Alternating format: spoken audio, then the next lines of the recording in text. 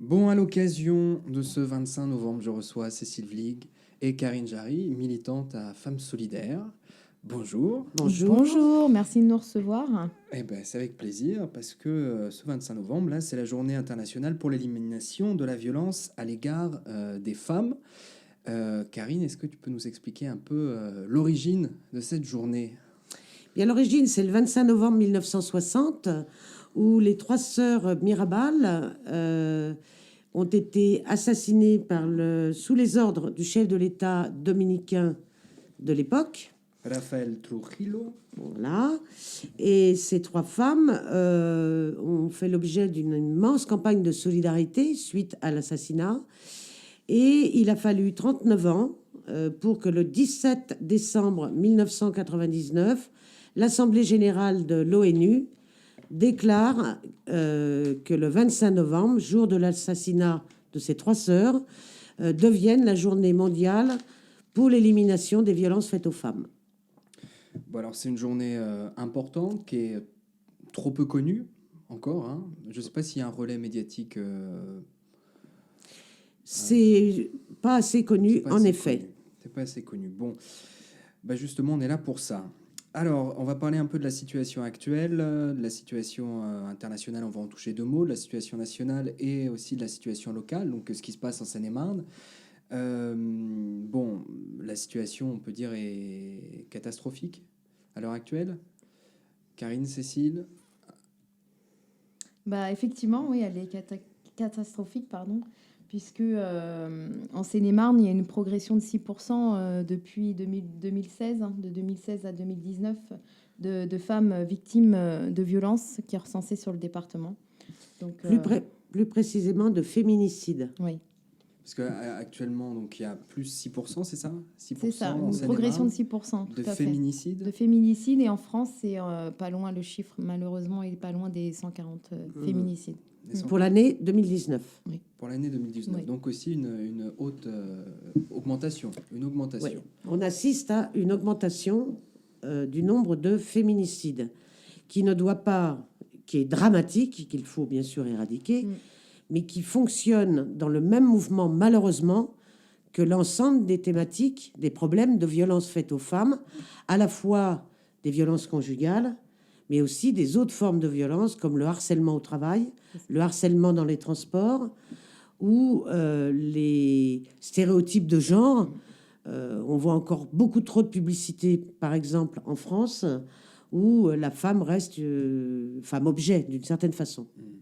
Donc ce que tu dis, c'est que le problème est global. Il faut prendre le problème comme un problème structurel avec différents embranchements, différentes racines, et qu'il faut traiter le tout, quoi. On ne peut pas uniquement traiter les violences physiques à l'égard des femmes. Il faut que ce soit aussi une... Il y a trois formes de violence: les violences physiques, les violences psychologiques et les violences sexuelles. Voilà, il faut pas... Ces trois choses à dissocier, effectivement. Et on parle beaucoup de féminicide suite à des violences conjugales, mais il n'y a pas que ça. Et pour les combattre, il faut donc aussi s'attaquer à l'éducation, s'attaquer à un système économique patriarcal. Il y a vraiment des champs de bataille, on va dire, hein, parce qu'il s'agit bien de ça, multiples. C'est ça? Tout à fait, tout à fait. Et d'ailleurs, notre mouvement Femmes Solidaires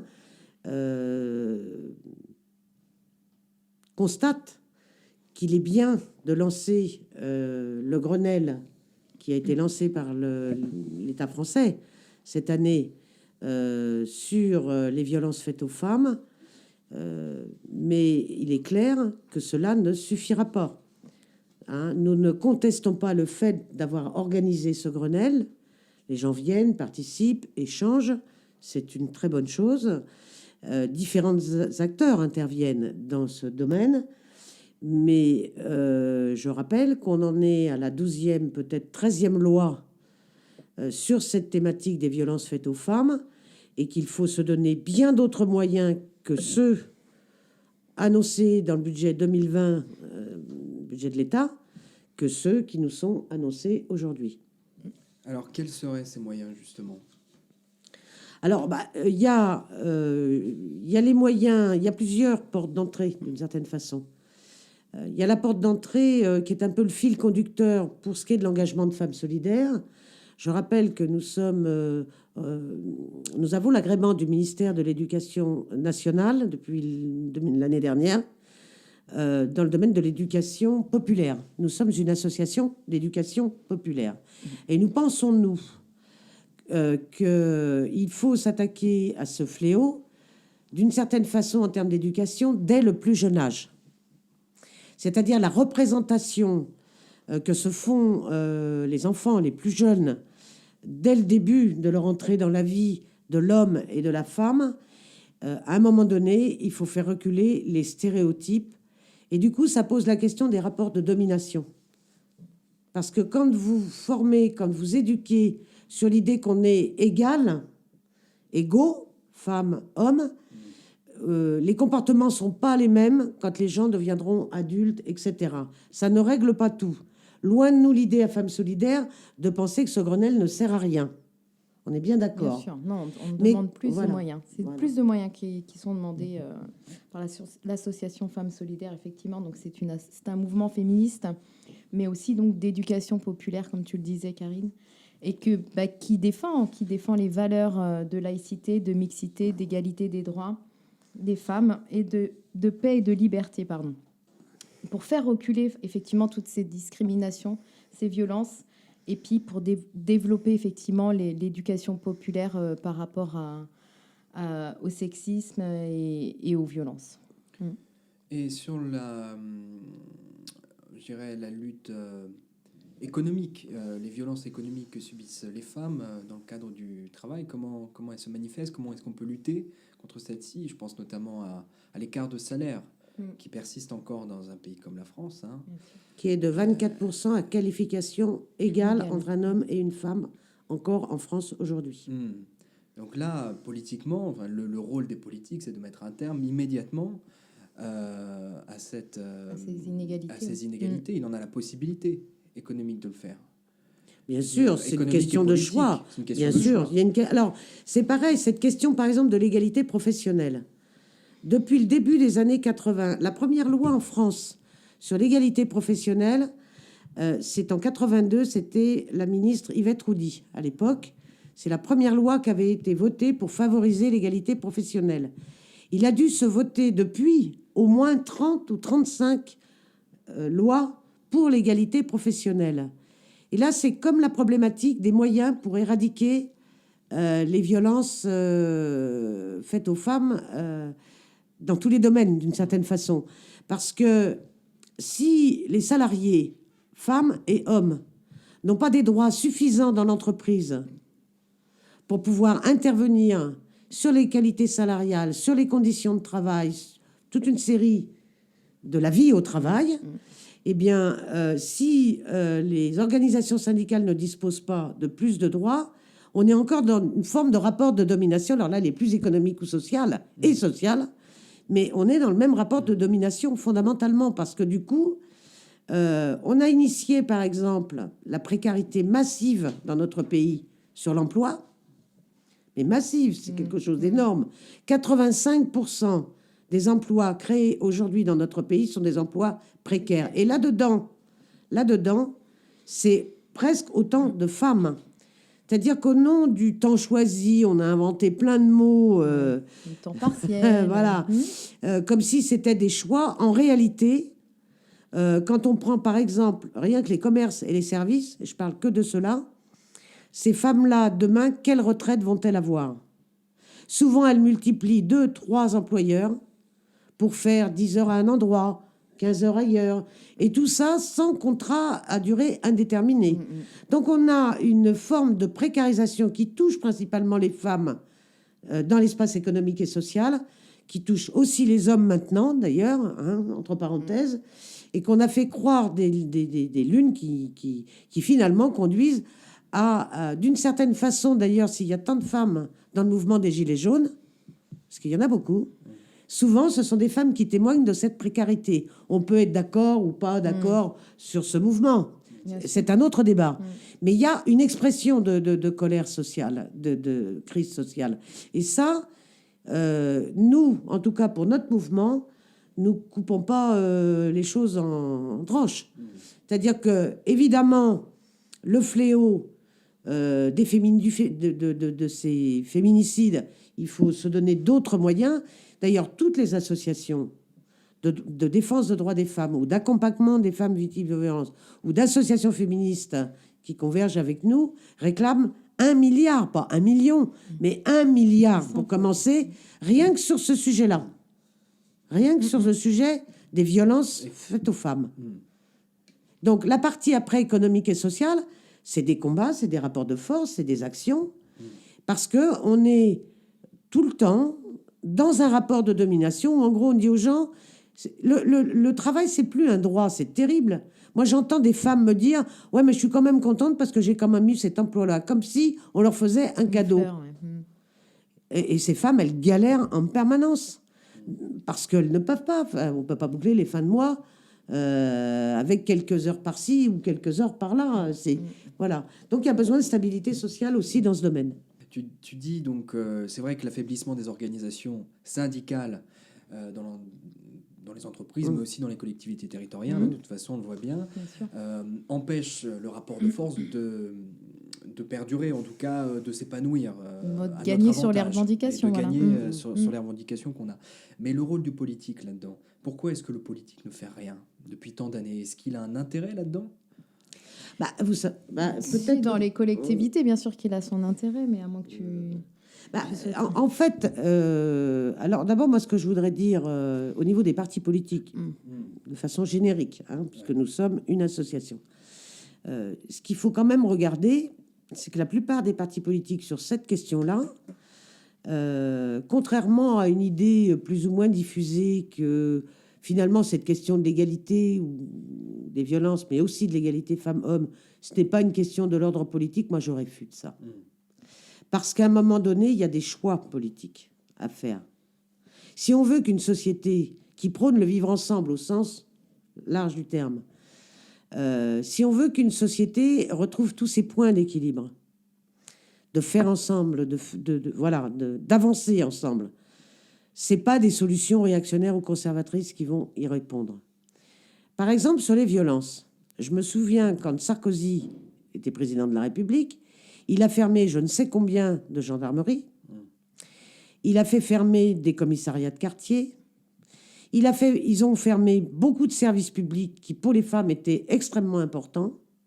Ça, c'est des choix politiques. On ne peut pas défendre une cause et prendre des décisions qui vont à l'encontre de pouvoir les résoudre d'une certaine façon. Donc, il n'y a pas de neutralité. Nous, on a un regard de mouvement féministe associatif. Par exemple, il va y avoir les élections municipales dans quelques mois. Pour cet exemple-là, on appellera à voter pour personne en tant qu'association. Mais on regardera attentivement les programmes. Et quelques collectivités en Seine-et-Marne, je pense notamment à Mitry-Mory, Nangy, Savigny-le-Temple, qui ont pris des mesures concrètes dans le domaine de l'éducation, dans le domaine de comment on fait vivre l'égalité femmes-hommes dans un territoire. Alors, lesquels? Comme ça, tu pourras peut-être donner des idées à certains. Voilà. Ou certaines. Bon, par exemple, la ville de Nangy a fait un plan de formation de ses agents, qui est le premier plan de formation aussi important pour une commune de 8600 habitants, 8700, où tous les agents et les agentes ont pu bénéficier d'une formation en partenariat avec une association, la Maison des femmes à Montereau, des femmes qui sont engagées là-dedans et qui ont des formatrices. Eh bien, moi, j'ai eu la restitution de certaines de ces sessions de formation, puisqu'on est en partenariat avec cette municipalité, notre association, autour du 8 mars. Bien, les personnels concernés n'imaginaient pas un seul instant toutes ces ficelles qui peuvent être utiles quand on a affaire au public pour détecter ce qui peut devenir une violence ou pas. Donc, c'est extrêmement important. À Mitry, c'est la Maison des femmes, qui est une maison, historiquement, c'est la première en Seine-et-Marne, d'ailleurs, qui a existé, où ils font un énorme travail aussi en réseau. Savigny-le-Temple, ils essayent aussi de faire des choses, voilà. Mais en même temps, ça ne peut pas... L'État doit aussi prendre ses responsabilités. Par exemple, dans le Grenelle, moi, j'étais en préfecture le 3 septembre, j'ai beaucoup écouté, j'y étais au titre de notre mouvement. On dit, il faut mettre les gens en réseau, faut faire... Il y a plein de préconisations qui viennent. entre les services de l'État, entre les secteurs hospitaliers, entre la justice, entre la gendarmerie, etc. Très bien, moi je suis complètement d'accord avec cela. Mais quand on réduit à portion congrue les effectifs dans les hôpitaux, l'actualité montre la colère et les luttes qui se passent. Et il y en a eu beaucoup en Seine-et-Marne, à Montereau, à Nemours, à Lagny et ailleurs. Quand on nous ferme aussi des services publics de proximité, quand la gendarmerie, nous, on s'est battu par exemple à Nangy il y a quelques années pour qu'on nous maintienne ce service, cette gendarmerie qui fait un grand travail. Mais quand on agrandit les périmètres, ça ne permet pas d'intervenir aussi vite qu'on le veut non plus. Hein, voilà. Donc tout ça, c'est un tout, quoi. Et en Seine-et-Marne, en plus, on est quand même un peu le parent pauvre, alors qu'on est un gros département. On a presque 1,5 million habitantes et habitants. C'est un des départements les plus jeunes de France. Bon. On voit cette augmentation de 6% entre 2016 et 2019 des féminicides. Et une augmentation des violences faites aux femmes aussi, comme on l'a dit tout à l'heure. On devrait multiplier par 10 les moyens dans un département comme celui-là. Et je ne parle pas de ce qui touche à la dimension, par exemple, des transports. Il y a un problème global des transports, notamment parce qu'on a beaucoup de Seine-et-Marnaises et de Seine-et-Marnais qui travaillent sur Paris ou la Petite Couronne. Mais par exemple, la loi sur le harcèlement dans les transports qui avait été votée pendant le quinquennat de François Hollande. Très peu de femmes savent que ça existe, tout simplement. Elles sont parfois victimes de harcèlement dans les transports quotidiens.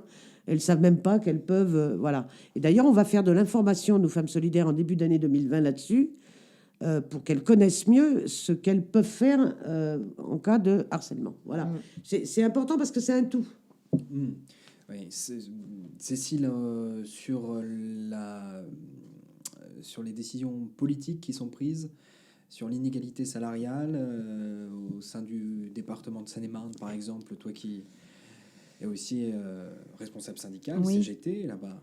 Bah, effectivement, il nous a été présenté récemment le rapport sur l'égalité femmes-hommes sur le département et sur la collectivité. Effectivement, toujours, j'ai pas les chiffres en tête là sur les temps partiels, mais c'est tout le temps, c'est tout le temps pareil. On met l'excuse du temps partiel, et puis également sur l'accompagnement. Là, il est apparu le chiffre de 7 agents qui ont été victimes de violences conjugales dont le département a accompagné. Voilà, peut-être qu'ils y mettent un peu plus les moyens, je sais pas. En tout cas, on a certains chiffres puisque les collectivités ont obligation de nous fournir des rapports sur les inégalités, l'égalité femmes-hommes sur les collectivités. Et puis également, dans le cadre de l'organisation syndicale que je représente, on a demandé à ce qu'on ait des chiffres sur les violences liées au travail des victimes de femmes qui ont été victimes de violences au travail par des collègues, quoi. Donc on a demandé certains chiffres et notamment un groupe, un collectif est en place pour détecter les risques psychosociaux. Et donc, une fiche est sortie une déclaration de fiche incident où on a fait stipuler les violences d'harcèlement, harcèlement sexuel et puis les violences physiques. Et donc, de là, on espère à l'avenir avoir certaines données auxquelles on pourra gagner sur les revendications locales, quoi. Est-ce qu'il y a des actions prévues là prochainement chez Femmes Solidaires? Alors, les Femmes Solidaires à Nangy... Voilà, nous étions au marché le 23 novembre au matin, où effectivement, on a distribué le communiqué de presse, le tract Femmes Solidaires, où effectivement, on explique que on demande des revendications bien précises, surtout sur l'éducation populaire. Hein, vraiment, c'est ce qu'on met en avant. Et puis, on demande à ce qu'il y ait surtout un observatoire départemental contre les violences faites aux femmes, et les inégalités femmes-hommes sur le département. Donc, on espère que ce soit mis en place rapidement par le biais des élus locaux, c'est ça?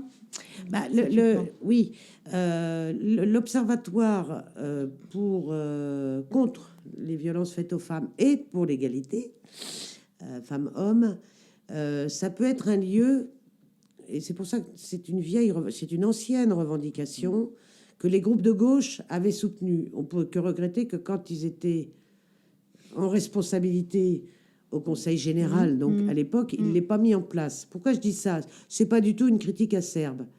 Ça veut dire qu'il faut vraiment se battre pour que les choses rentrent dans les faits. Et il y a les actes et les discours. Pour l'instant, il n'y a toujours pas cet observatoire. Tout près de nous, il y a le Conseil général départemental du Val-de-Marne. Il faut voir ce qui est réalisé dans ce domaine-là avec l'observatoire. Parce que l'atout d'un observatoire, c'est pas prendre des lunettes et observer, ou des jumelles. C'est tout le contraire. C'est de la vivance. Il pourrait très bien y avoir un collège élu, un collège association, organisation, un collège de citoyennes, où tout ce petit monde se réunit, réfléchit, propose, élabore de façon plus citoyenne. Les élus décideront, bien sûr. Hein, mais vraiment, c'est une revendication. Je ne comprends pas que pour l'instant, on n'y arrive pas en Seine-et-Marne, quoi. Parce que quand je vois ce qui se fait chez nos voisins du Val-de-Marne et nos voisines du Val-de-Marne, voilà. Et moi, j'ai l'expérience antérieure. Et j'ai une autre expérience. J'ai été élue dans une région, en Champagne-Ardenne. Au début, tout le monde, quand j'ai parlé d'un observatoire régional contre les violences et pour faire vivre l'égalité, on me regardait avec des yeux tout ronds. Ici, de toute façon, tu sais, c'est très masculin. Il y a le vignoble. Enfin, je vous en passe, c'est des meilleurs. On l'a créé. On a travaillé avec un réseau de 40 associations. Les organisations syndicales, la gendarmerie, des médecins, etc., des psychologues. Enfin, on a fait un travail de titan. On a mis en place le pass contraception dans les lycées.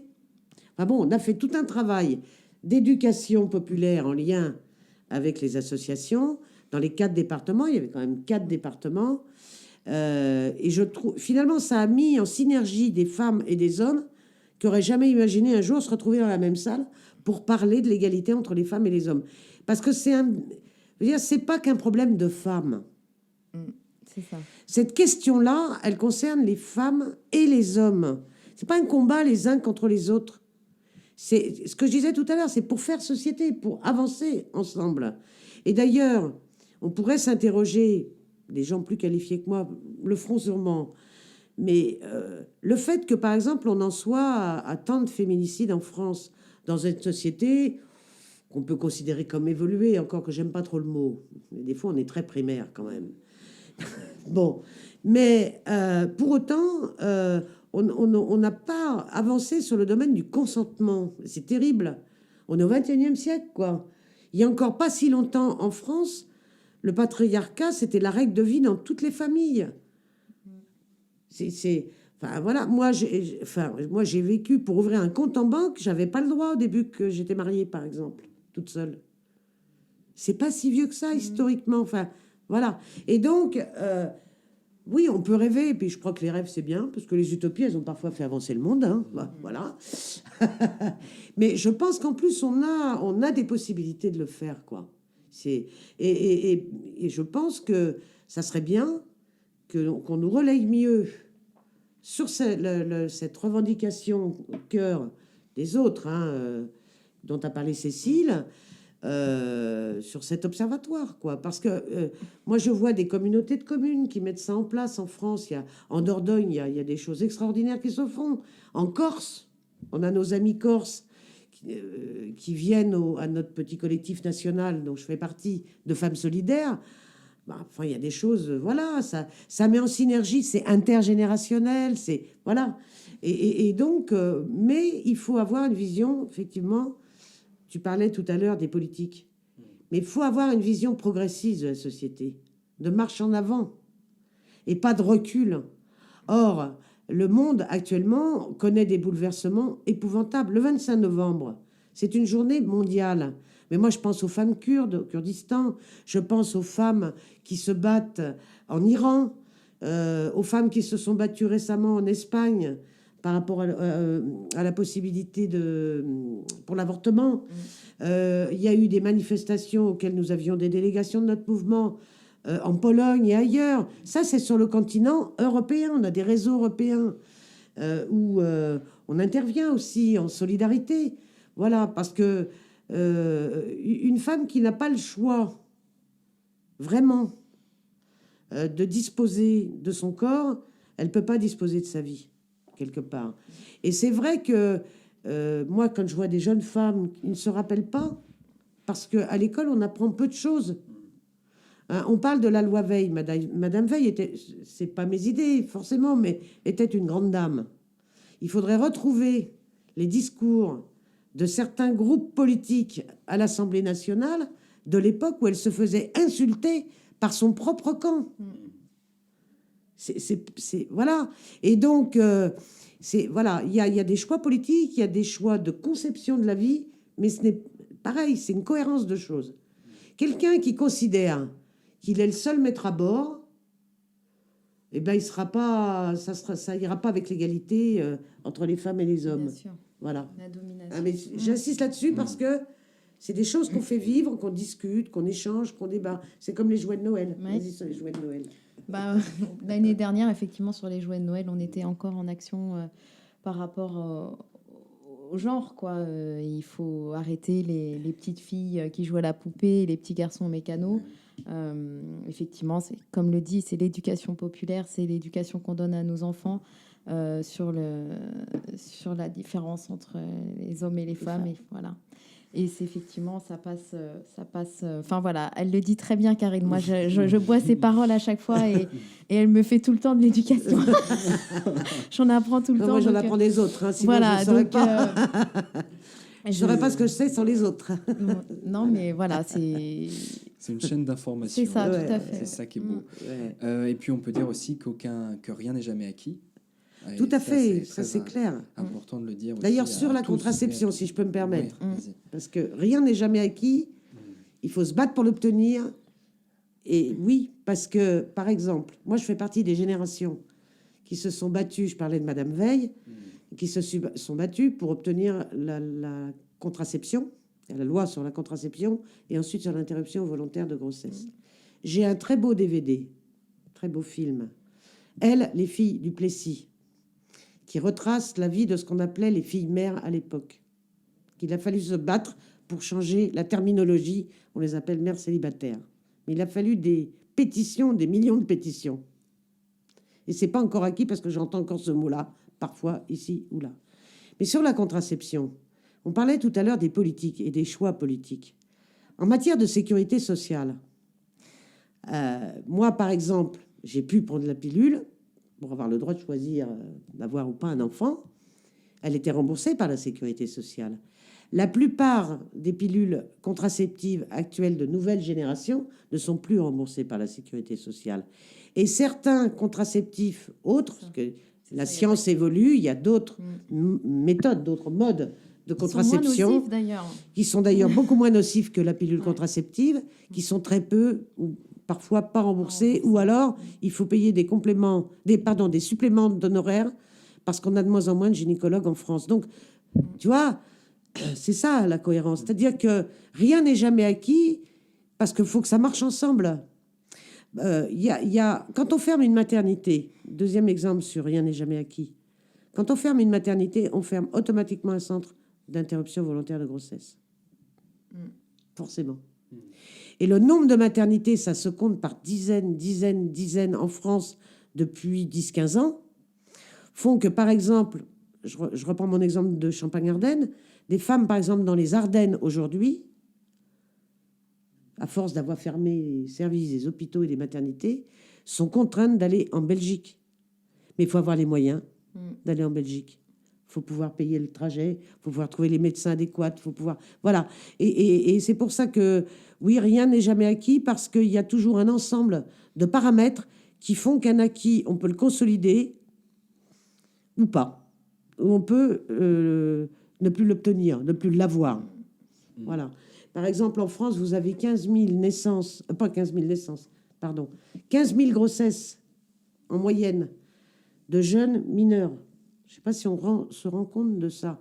Ça veut dire que l'information qui se faisait après la loi Veil, dans les lycées notamment, parfois dans les collèges, compte tenu des réductions de moyens dans l'éducation nationale, ça ne se fait plus comme ça se faisait. Alors évidemment, on nous dit les collectivités, les collectivités. Les collectivités font un grand travail globalement sur toutes ces questions. Ils font ce qu'elles peuvent aussi. Mais quand on réduit de plus en plus les dotations de l'État par rapport à l'austérité que met en place les différents gouvernements qui se sont succédés, ben les collectivités, aujourd'hui, il y a des choses qu'elles ne feront pas. Et je crains fort que pour certaines d'entre elles, elles considéreront peut-être que ce qu'elles ont mis sur pied pour faire vivre l'égalité dans leur territoire soit pas forcément la priorité de demain. Donc c'est pour ça, oui, rien n'est jamais acquis. Et il faut lutter, toujours lutter. Voilà. Nous sommes condamnés à la lutte. Voilà. Alors en même temps, je pense pas que ce soit. Ouais, alors moi, alors je suis pas d'accord avec toi. C'est que je suis plus âgée. Moi, j'ai toujours pensé, alors à tort ou à raison, hein, ça après, c'est pas triste la lutte. Et on n'est pas condamné à lutter. Parce que finalement, c'est pas triste. Non, ce n'est pas triste. Oui, je suis d'accord. Et on n'est pas condamné dans le sens où, pour moi, condamné, c'est subir. Quand on est condamné, bon, on subit un truc. On est amené à être un peu les moteurs, modestement. Je dis souvent dans les débats que j'organise comme féministe, mais on pourrait le mettre à l'échelle de la vie tout court. Quand on sème un petit grain de sable, on n'a pas l'impression qu'un jour ça peut faire une dune ou une montagne.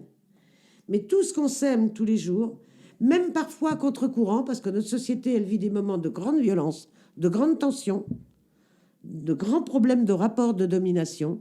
Voilà. Et en même temps, je suis de celles qui pensent que tout le monde n'est pas raciste, tout le monde n'est pas dominateur, tout le monde n'est pas moche. Ce monde-là, il est en difficulté, oui. Moi, je fais partie des gens qui se battent contre ce qui se passe.